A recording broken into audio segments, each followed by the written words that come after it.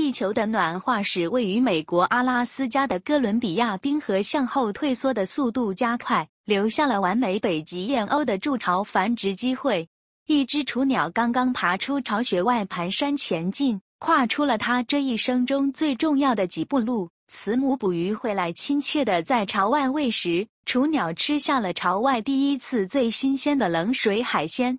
等了一个下午，目睹雏鸟出巢，缓缓前进探索这个崭新的世界。前方在冰河常年挤压的乱石中间，竟然长出漂亮的新生命植物，及绽放出艳丽的花朵。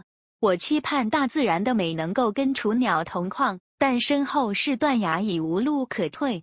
上天垂怜听到我的声音，不但双双同况，更是加码。在正要按下快门之际，雏鸟顿时对着天空张开大口，让我拍下连串10张亲鸟旁如天使般从天降临喂食的温馨画面。